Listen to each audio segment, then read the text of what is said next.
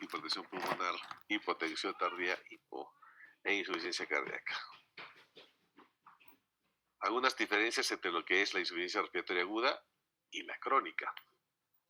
En la aguda, los antecedentes respiratorios pueden faltar. En la crónica, usualmente hay antecedentes previos.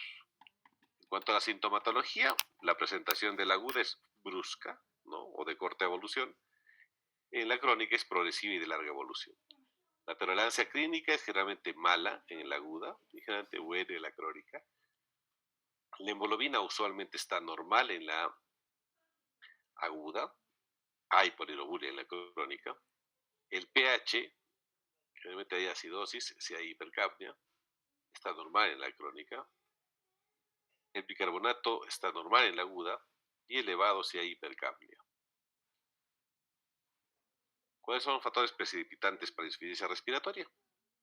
Falla respiratoria propiamente dicha, retención de secreciones bronquiales, broncoespasmo, infección, neumotoras, grandes embolismo pulmonar, falla ventricular izquierda, enfermedad del estadio final y sedación. ¿Cuál es la fisiopatología de los factores que afectan el flujo aéreo? Edema en la mucosa, hipertrofia de mucosa, incremento de secreciones, incremento de broncoespasmo, incremento de tortuosidades de la vía aérea, más turbulencia de la vía aérea perdida en retroceso pulmonar. Estos son los elementos que ustedes tienen que tener en cuenta. En cuanto al diagnóstico, ¿cómo llegamos al diagnóstico de insuficiencia? Lógicamente la clínica del paciente lo dice todo. Entonces hacemos una gasometría arterial. Si tenemos una insuficiencia respiratoria aguda, hay que definir si es una normo o hipocáptica, o sea que retenga CO2. En ello vamos a tener diferentes entidades como el asma agudizada, el EPOC, la fibrosis pulmonar, las neumonías, los neumotórax, la contusión pulmonar, infarto pulmonar, hemorragia alveolar y atelectasia. Si solo es hipercapnia, puede ser por asma agudizada, EPOC, neumonía grave. Si es normo o hipocápnica, puede ser EPOC, asma, enfermedad vascular periférica, enfermedad pulmonar intersticial o fibrosis quística y linfangiosis. Y cuando hablamos de hipercapnia, asma, EPOC, FBI, fibrosis quística. Este es otro algoritmo donde podemos visualizar criterios diagnósticos, ¿no? Igual se hace una gasometría, si está por debajo, es una insuficiencia respiratoria aguda, catalogarlo si el PaCO2 o el de monóxido es normal o bajo o alta. Si es bajo, solicita una placa de rayos X para definir el cuadro. Si es alta, obtener el gradiente alveolar arterial. Si es anormal, placa de rayos X. Y si es normal, básicamente pensar en la depresión del centro respiratorio, enfermedad neurovascular obstructiva de la vía aérea. El anormal nos habla de inhalación de tóxicos, embolismo graso, embolismo amniótico. Y la afectación extrapulmonar es básicamente enterrada pleural, todas habiente, ruptura diafragmática, hemorragias. El tratamiento de la insuficiencia respiratoria va a ser el siguiente. Oxigenoterapia, lógicamente, ese es el tratamiento. La administración de oxígeno como medida terapéutica, esa es la famosa oxigenoterapia. El objetivo fundamental es proporcionar la suficiente concentración de oxígeno inspirado para mantener los procesos oxidativos mitocondriales conformes. En cuanto a indicaciones, la hipoxemia documentada, una presión parcial de oxígeno menor a 60, sospecha de hipoxemia, infarto agudo del miocardio, envenenamiento por CO2, shock, disnea y generalmente estudios postquirúrgicos. Hay disminución del trabajo respiratorio, disminución del trabajo cardíaco y trauma severo si es que optimizamos los pasos. ¿Cuáles son los sistemas de administración de oxígeno? Y es importante que también ustedes sepan. Existen dos tipos de administración de oxígeno, aquellos de bajo flujo y aquellos de alto flujo. Los de bajo flujo son la cánula binasal, que utilizamos rutinariamente, las mascarillas faciales y las máscaras con bolsas de reservorio.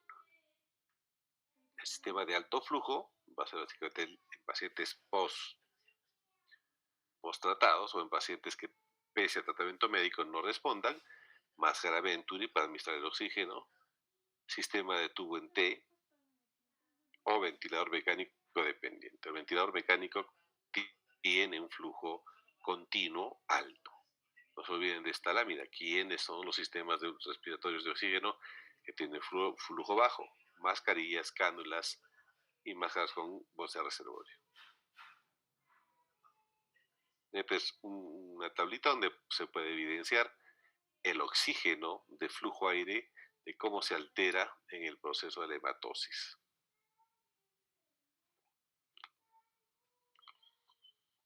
Entonces existen varios sistemas que, dependiendo de la cantidad de oxígeno, va a subir su concentración de pureza de oxígeno o de FiO2. Cuando vamos del sistema, no olvidarnos que el aire ambiental, su fracción de oxígeno es, o fracción inicial de oxígeno es 20.93.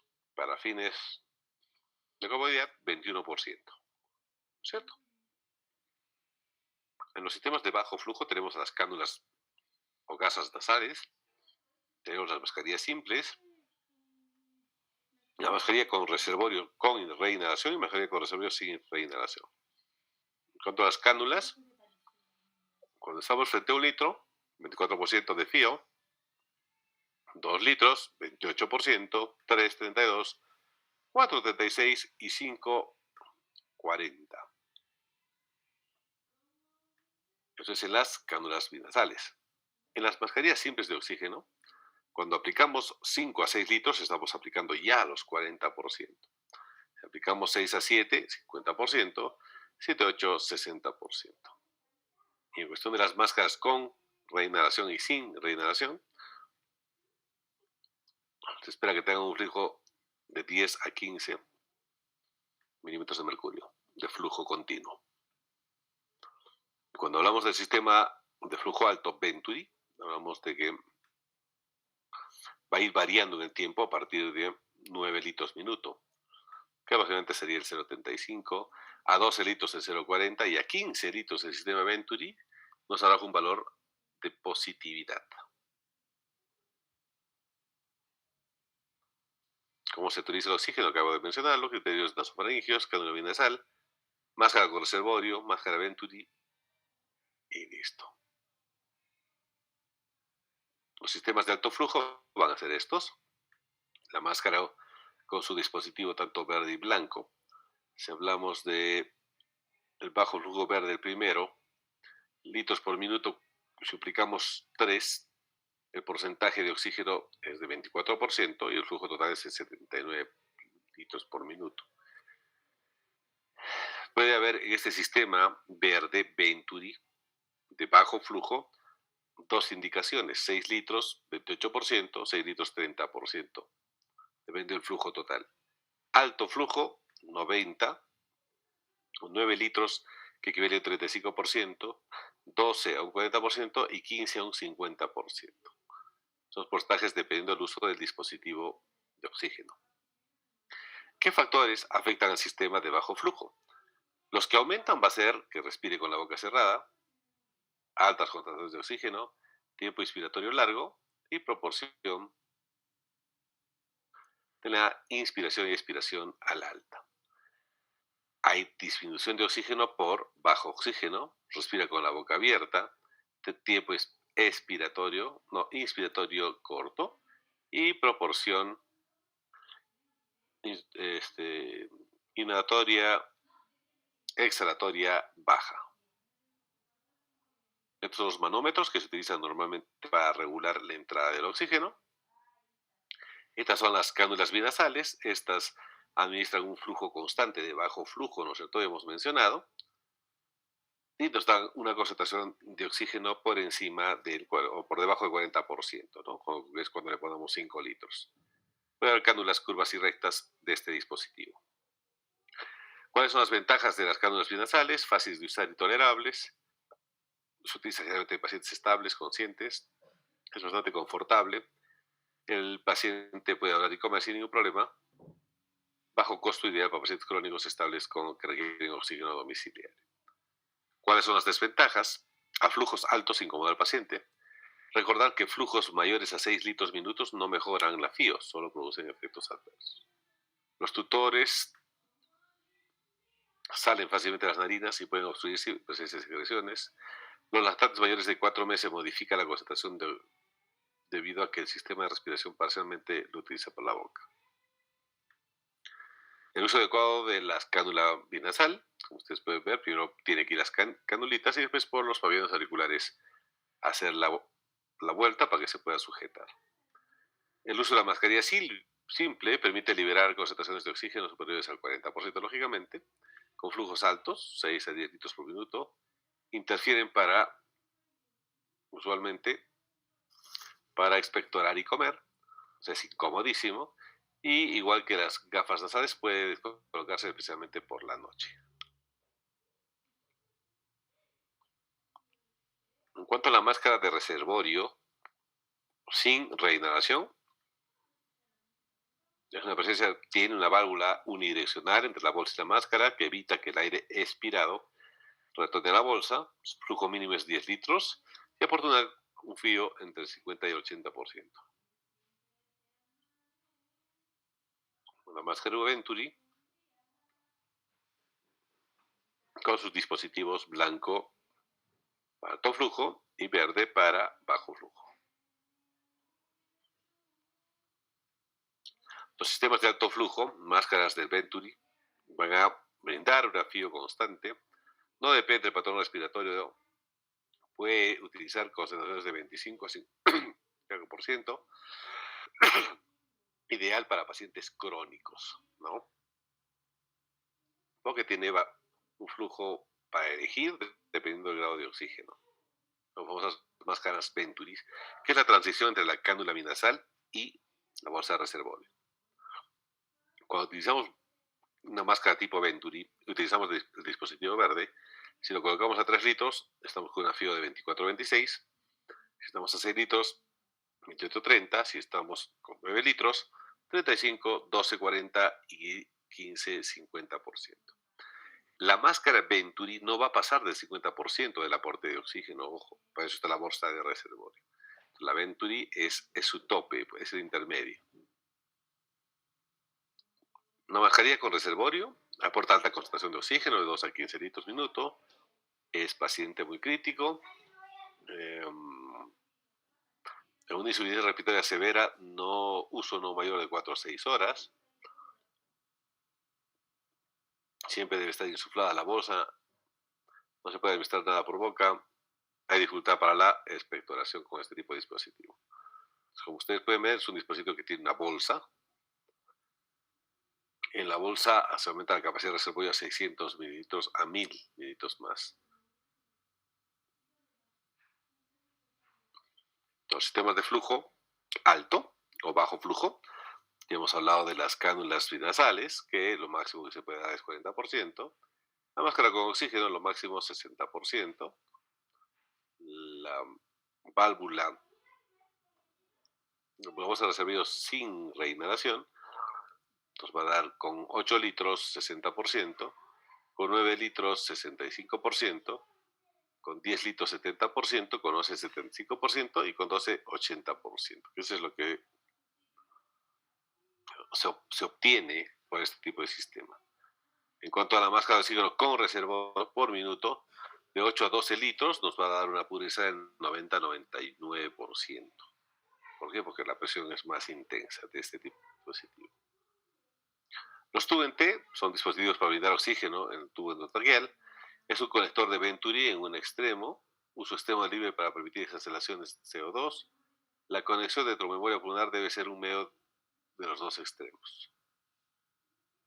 ¿Cuáles son efectos adversos? Porque también el oxígeno es tóxico, ¿no es cierto? Entonces, si hay toxicidad de oxígeno, puede causar algunos elementos, como cuáles: atelectasias por reabsorción, sobre todo en fíos mayor a 50%, algo más frecuente, irritación y resequedad de mucosas, epistaxis, rinitis, odinofagia, traqueitis, hipotensión refleja y vasoconstricción sistémica. Son las causas o efectos adversos del oxígeno, porque el oxígeno, como repito, también es tóxico.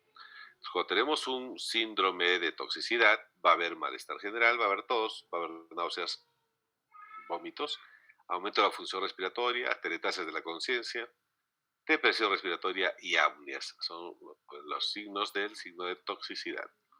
Efectos secundarios del oxígeno que causen un cuadro de hipercapnia. Los alvéolos mal ventilados van a producir vasoconstricción hipóxica que disminuye la perfusión de los alvéolos como fenómeno compensatorio. Al aumentar la FIO, aumenta también el oxígeno alveolar, aumentando así la perfusión sin que mejore la ventilación. Esto significa que la admisión venosa que incrementa la presión arterial de CO2 de la sangre arterial es diferida por diferentes mecanismos, ya sea shunt, alteración, ventilación, perfusión. El efecto Haldan, que consiste en la disminución de la afinidad de la hemoglobina para CO2, aunque se oxigena, provoca un aumento de CO2 disuelto en sangre. La reducción de la ventilación minuto por disminución de estímulo hipóxico en los receptores periféricos también van a producir algún tipo de molestias secundario al uso de oxígeno. Muy bien, eso es esa primera parte en la que yo quería presentarles. Tenemos tiempo, así que vamos a continuar. Al final me van a dar sus preguntas, escribirse preguntas de insuficiencia respiratoria. Como han visto, es un tema un poquito complejo, ¿no? Es un tema con términos que probablemente ya lo han manejado en algún momento, pero que es importante tener en cuenta la fisiología, la fisiopatología, los compartimientos, las presiones, etcétera. ¿Alguna pregunta?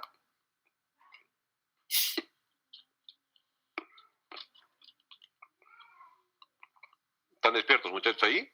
¿O se han dormido? Hola, hola, ¿están ahí?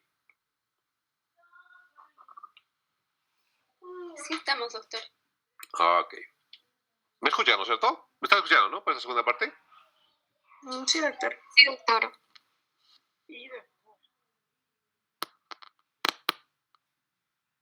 Ok. Entonces, ahora vamos a hablar de un tema bastante cortito, pero bonito, que es el SAOS o SAJOS, síndrome de apnea obstructiva del sueño o síndrome de apnea hipopnea obstructiva del sueño. Entonces, para esto, tenemos algunos artículos tanto de ATS como de EOS, para el cual se ha hecho esta presentación. ¿Qué pasó acá? Y ahora sí. Entonces, vamos a definir algunos puntos específicos de qué es el SAOS, qué es una apnea, qué es una hipopnea, qué es un despertado nocturno, cómo se clasifican, cuál es el tratamiento. Entonces, cuando hablamos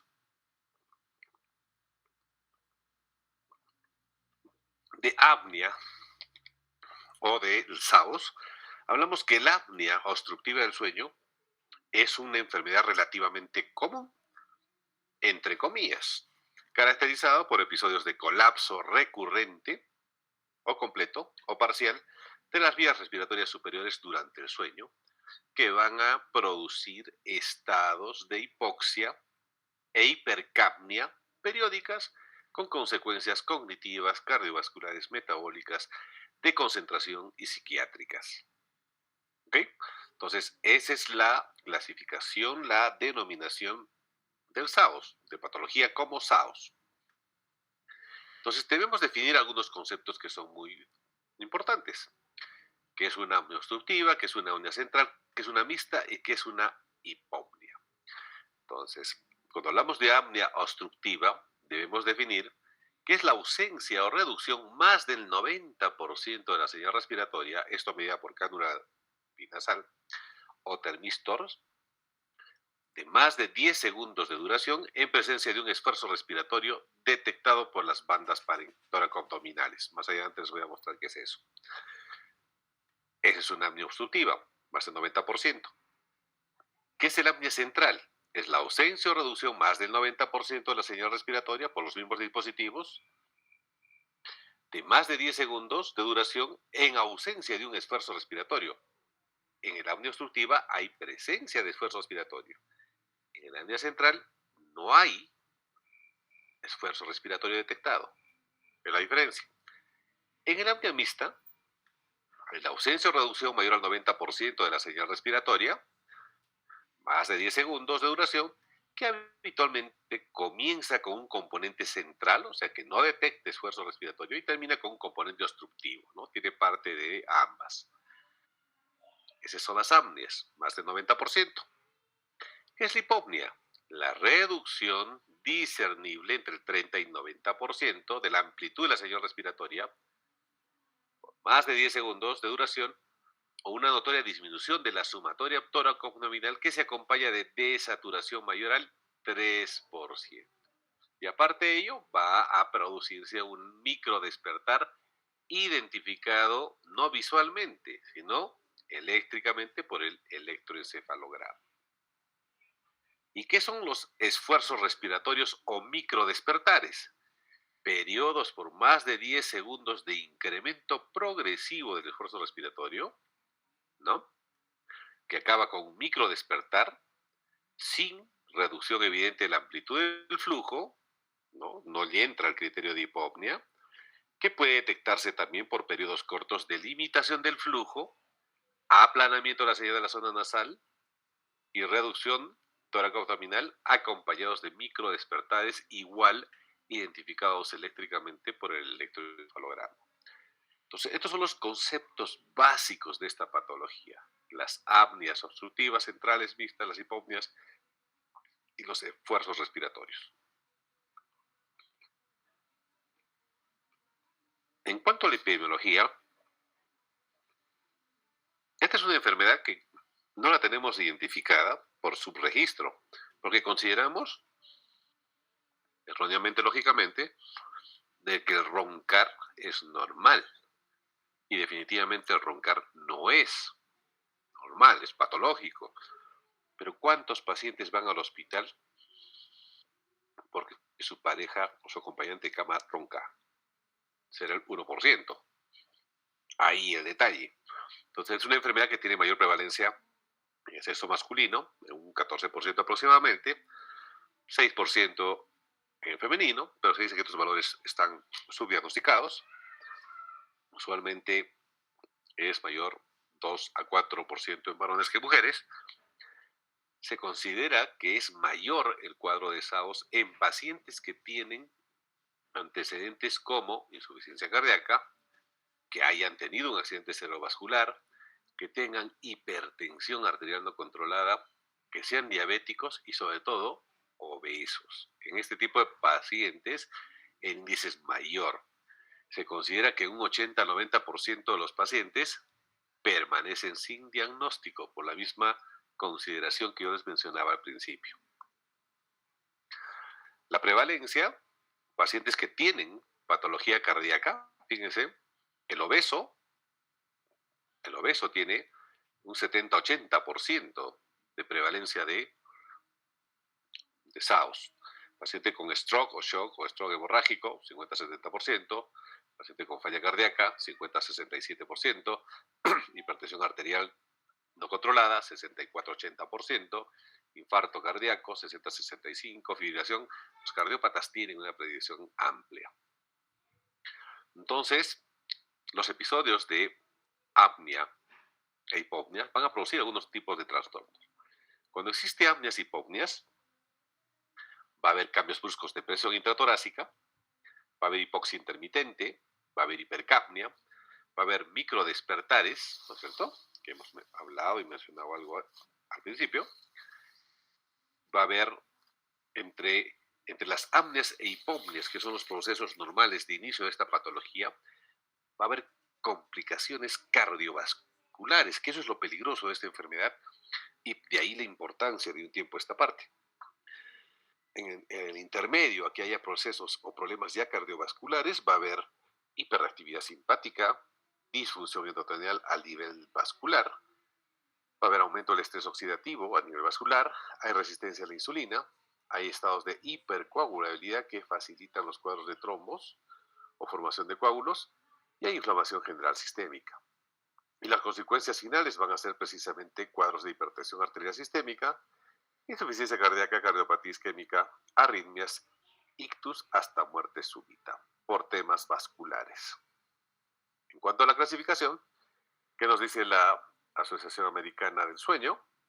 Nos dice que existe 3 grados, ¿no?, de SAOS. Uno leve, donde va a haber eventos de amnipomnia entre 5 a 15 eventos por hora, con factores de comorbilidad. El moderado, entre 15 y 30 eventos por hora, medidos lógicamente por el electroencefalograma, y el severo, mayores a 30 episodios de amnipomnia. Es la clasificación de la escuela americana. Entonces, acá hay una comparación de la definición, tanto por CEPAR española y la Academia del Sueño Americano. Perdón.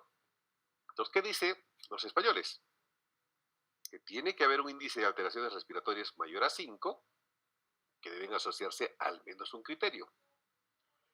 Excesiva somnolencia diurna, no explicada por otras causas.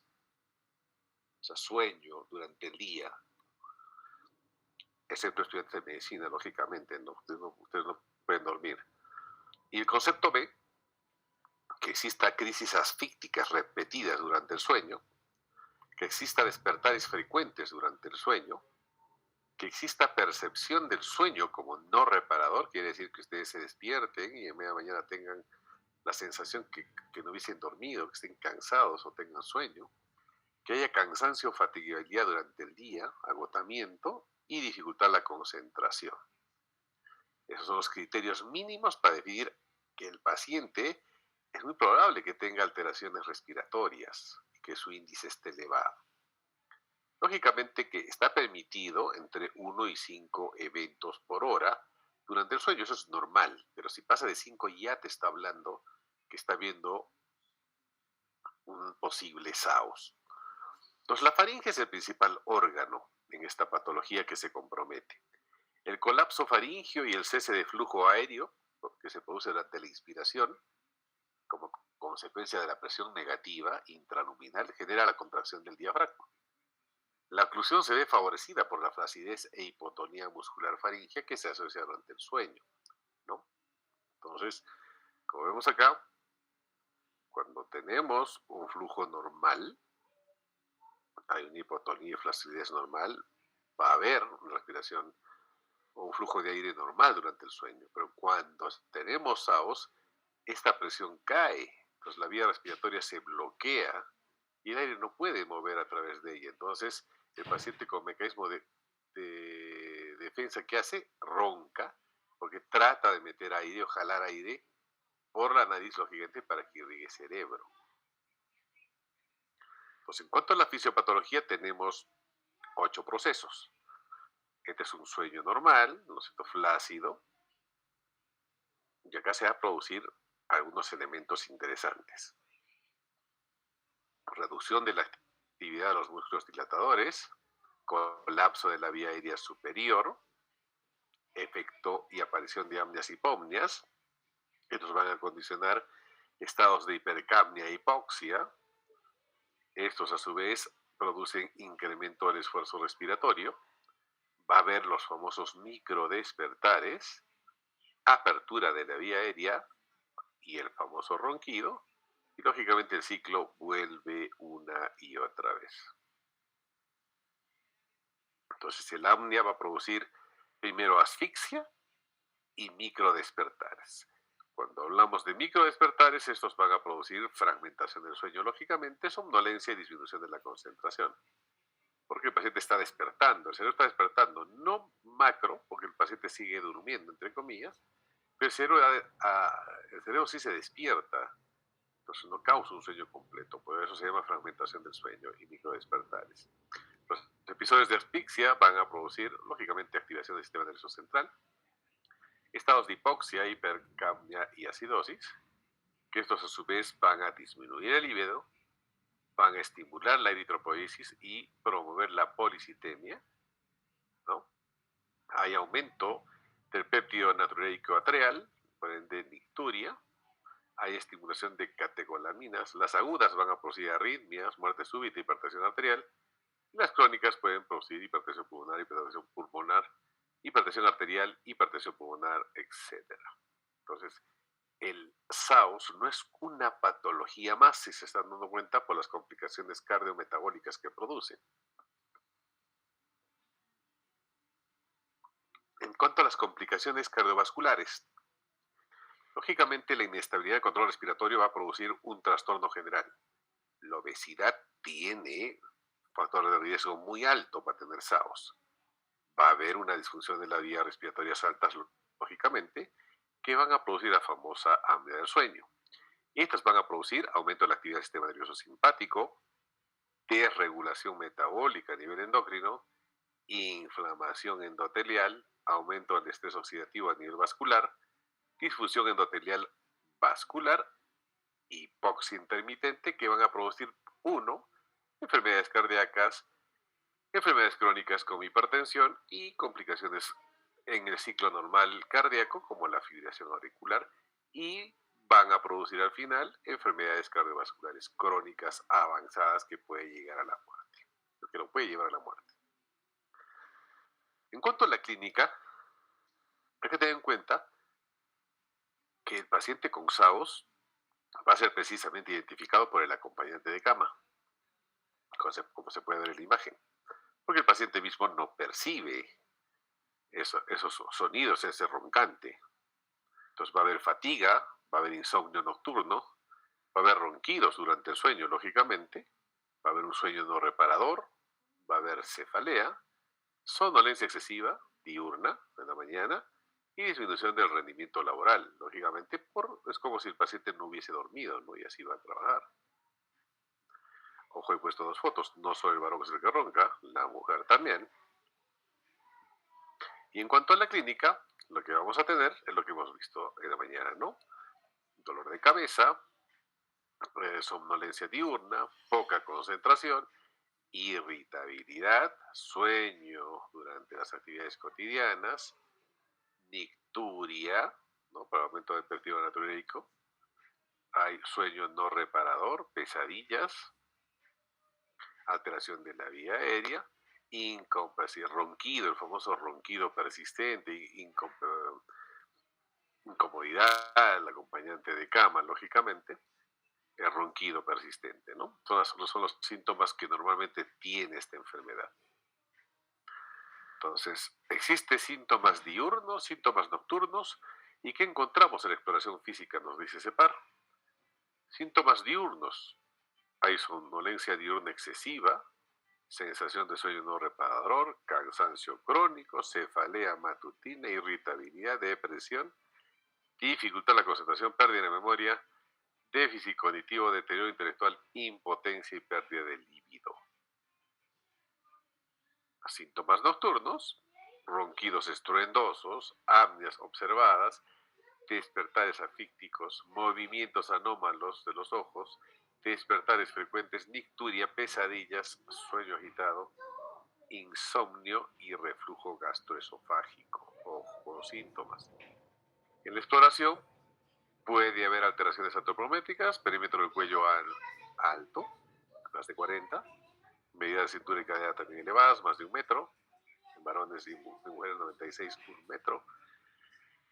Cuello corto, a nivel del otorrino podría haber obstrucción nasal, hipertrofia de amígdalas o úvula, paladar blando largo, clasificación Mayapati alterada, examen del maxilar y mandíbula, puede haber retromicrognatias, valorar la calidad de la mordida, a la auscultación cardiorrespiratoria, toma de presión arterial, solo que se debe hacer en este tipo de pacientes, valorar todos estos aspectos y considerar e investigar si hay síntomas diurnos y nocturnos.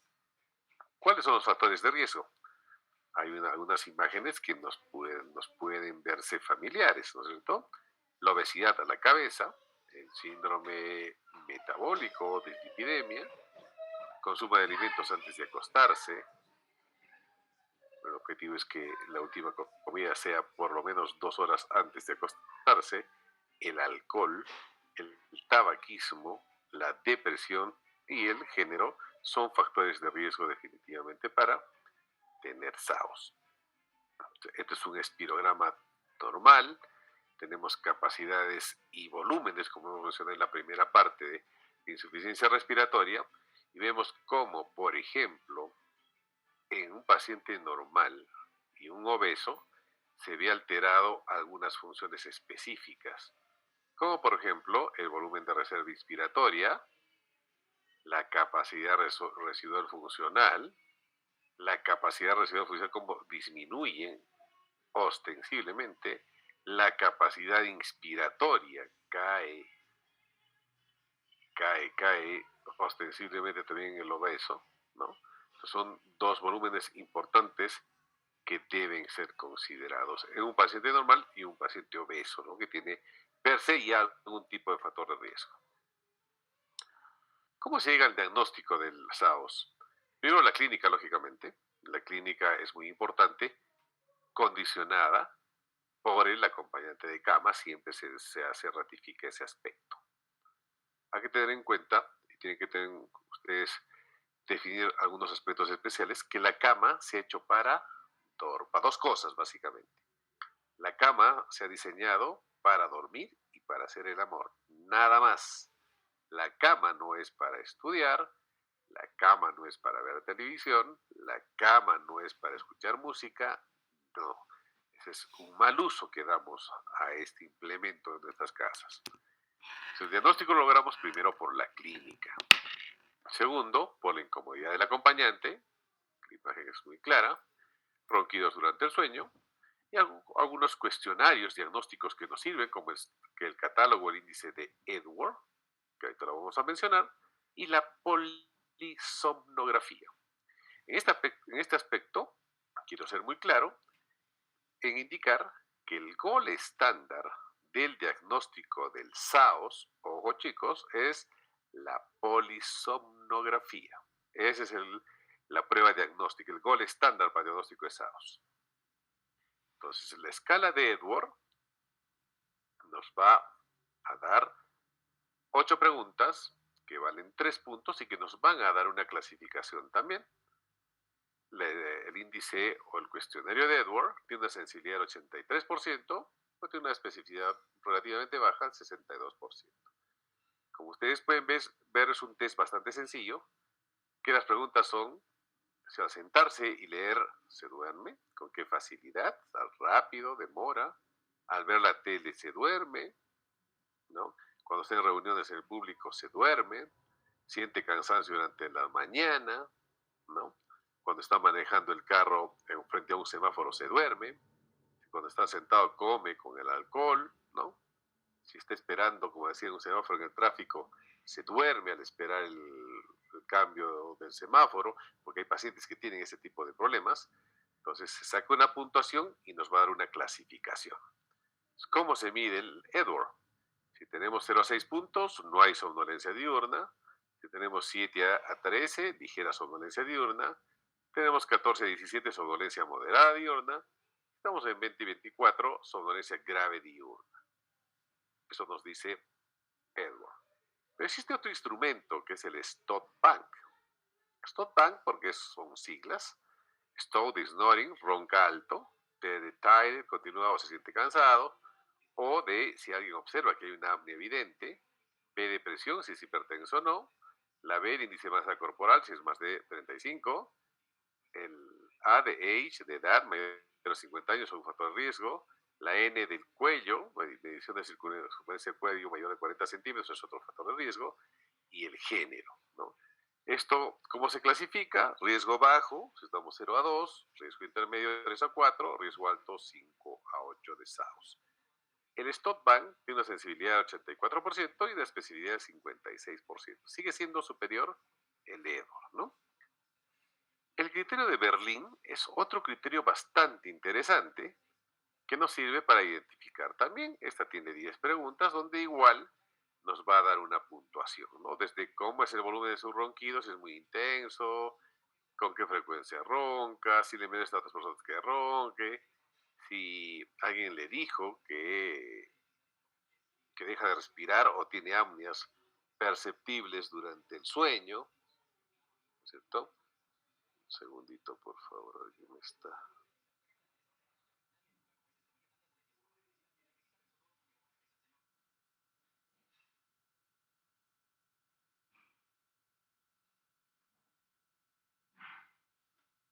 Continuemos.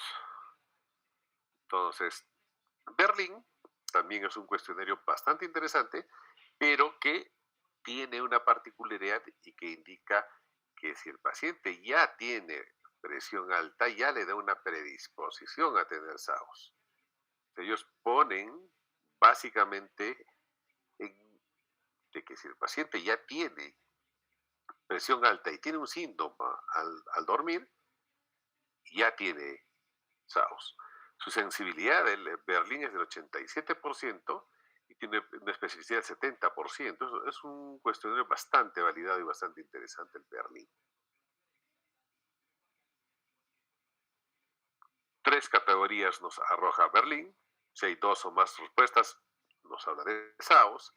Si hay 2 o más respuestas en la categoría 2, nos habla de SAOS. Y si hay una respuesta más un índice más alto por encima de 30, nos indica que también es positivo para SAOS. Existe otra escala, que es la de SAC, donde nos va a especificar algunos aspectos importantes. Ellos refieren en 3 ítems de que si hay sospecha de ronquido, si el ronquido es habitual, si hay amnios presenciales, si hay somnolencia diurna, es un factor. En cuanto a factores de riesgo, si es hipertenso, si es hipertensión arterial, si es obeso o si tiene una circunferencia de cuello mayor al 40%, 40 centímetros, le da un positivo. De esas 6 preguntas, si tenemos hipertensión arterial le da 4 puntos, si hay ronquido es 3 puntos, y si hay apnea, le da un valor de otros 3 puntos, que completan los 10 puntos. El SAC tiene una sensibilidad del 90%, pero tiene una especificidad del 63%. Pero también es un cuestionario bastante validado. ¿Cómo se lee este cuadro? Probabilidad baja, menor a 43 puntos. Probabilidad intermedia, entre 43 y 48, y probabilidad alta mayor a 48 puntos. Cada ítem tiene un porcentaje y un puntaje. Pero el hecho que tenga estos aspectos suma mayor puntos, ¿no? Que sea hipertenso, que ronque, que apneas, le da un puntaje bastante alto. Los americanos clasifican en los mismos eventos que hemos visto anteriormente.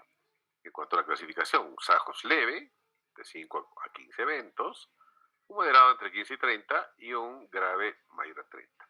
Un estudio normal por polisomnografía es que haya menos de 5 eventos por hora durante el sueño. Ojo, la clasificación actualizada.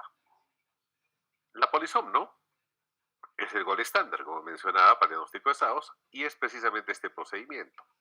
Al paciente se lo lleva a una clínica del sueño, se le coloca los electrodos y se le hace varias mediciones.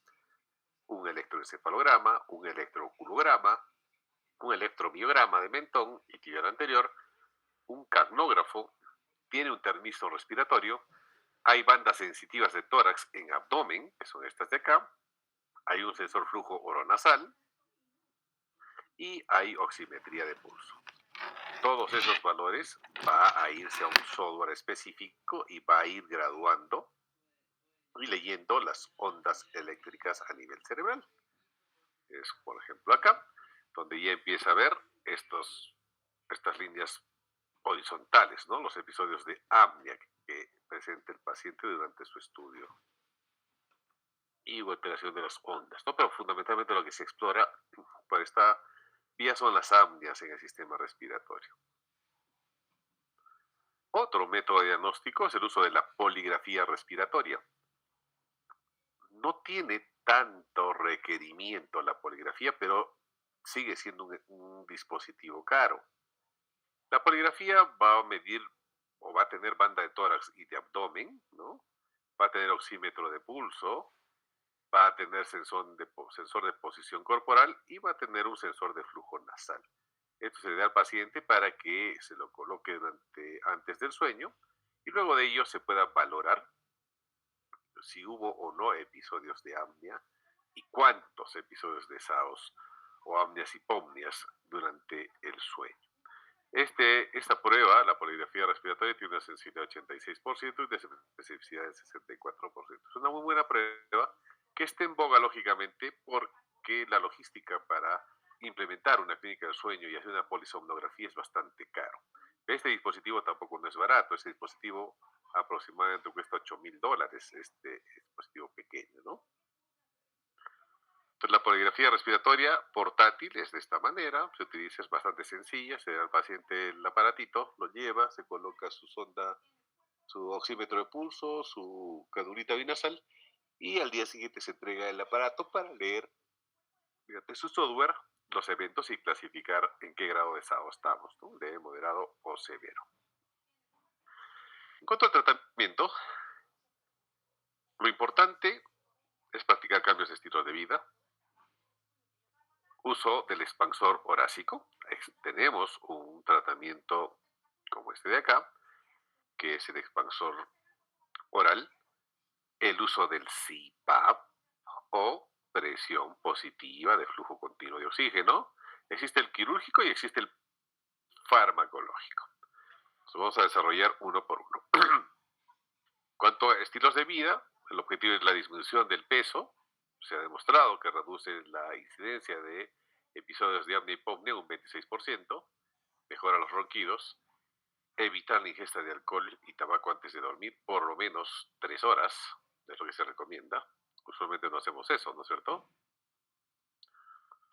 Alimentación, es importantísimo, rica en proteínas, balanceada, fibra, vitaminas y minerales, hidratación, dispositivos de amplitud oral, los DOA, ¿no es cierto?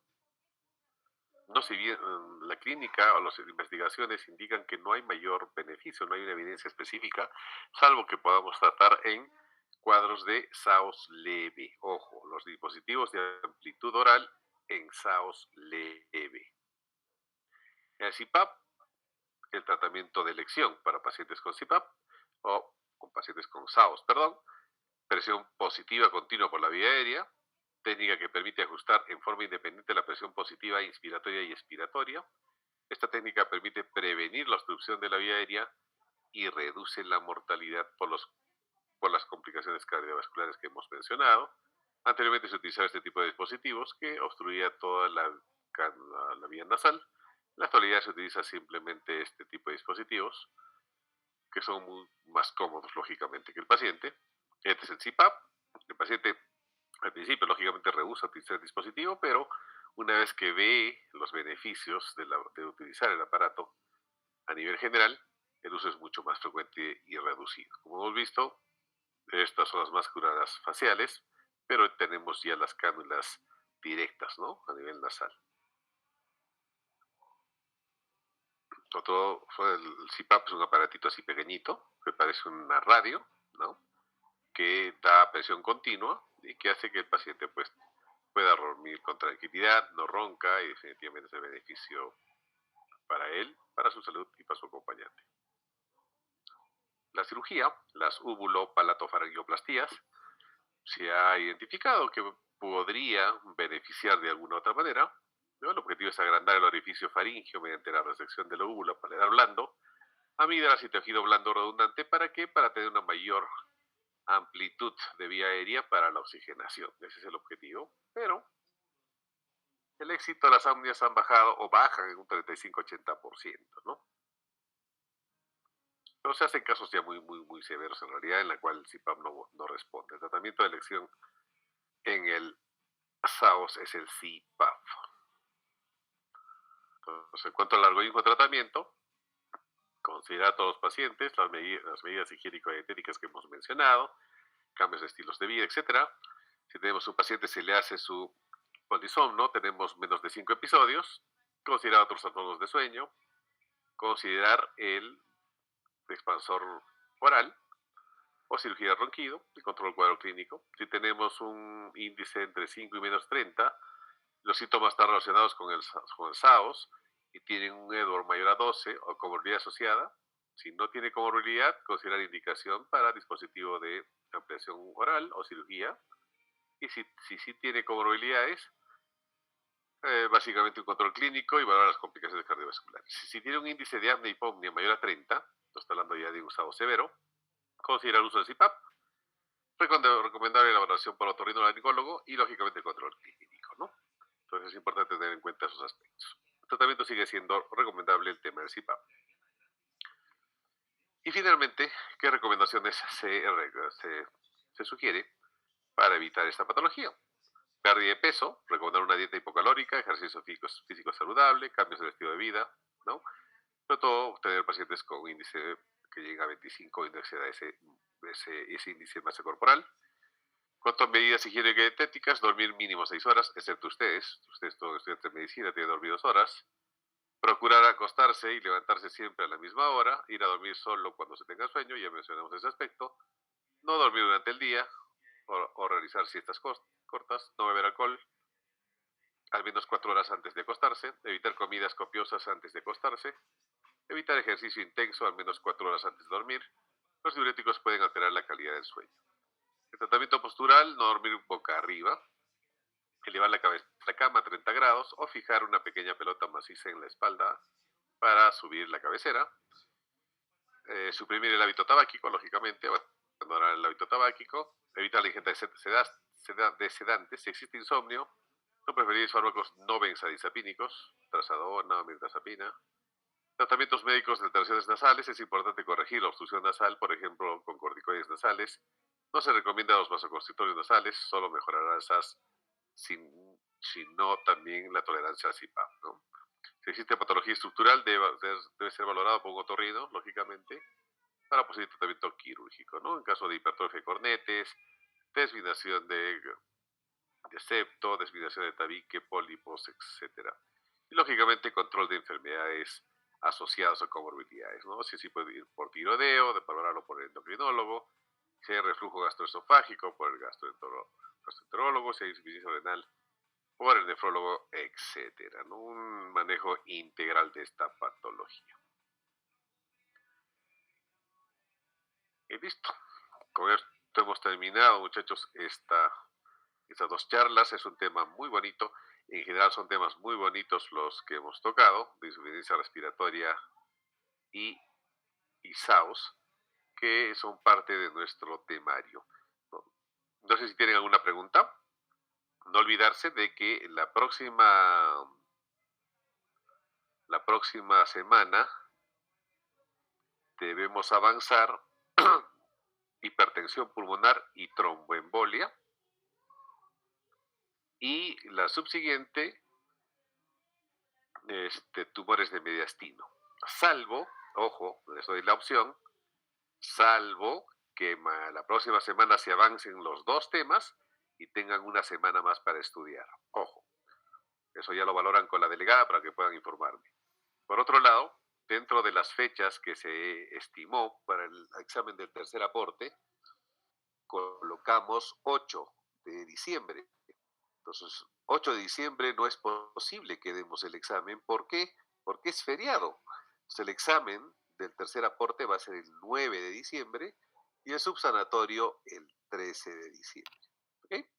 Entonces, eso para que lo tengan en cuenta, muchachos.